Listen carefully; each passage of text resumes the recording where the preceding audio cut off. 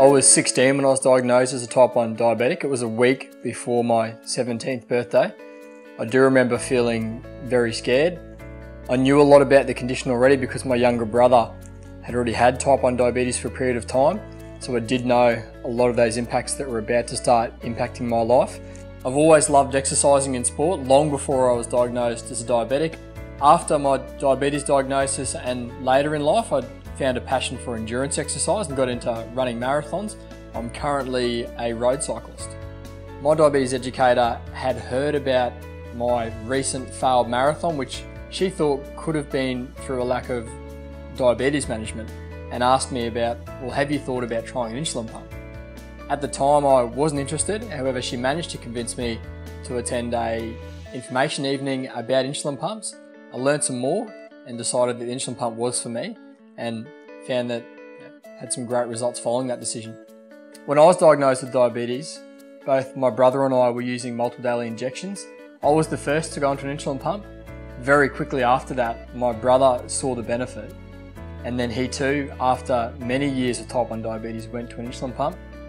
I remember being in a race where I was using continuous glucose monitoring with my insulin pump, and I remember hearing this beep, beep, beep, beep, beep, beep, and I grabbed my insulin pump and it was telling me that my sugar level was getting outside the limits I'd set and that it was actually too high. That meant that I wasn't too far away from my performance starting to suffer. I was able then on the bike in the race, able to have some insulin. My sugar level came back down to the range I wanted and I finished the race well. Without that ability, I would never have been able to make that decision because I wouldn't have had access to that information. Because the effects of exercise and especially racing can affect you for 24, 48 hours after that event's finished, and sometimes that can mean overnight lows, which can be quite dangerous, and sometimes you can be unaware of them.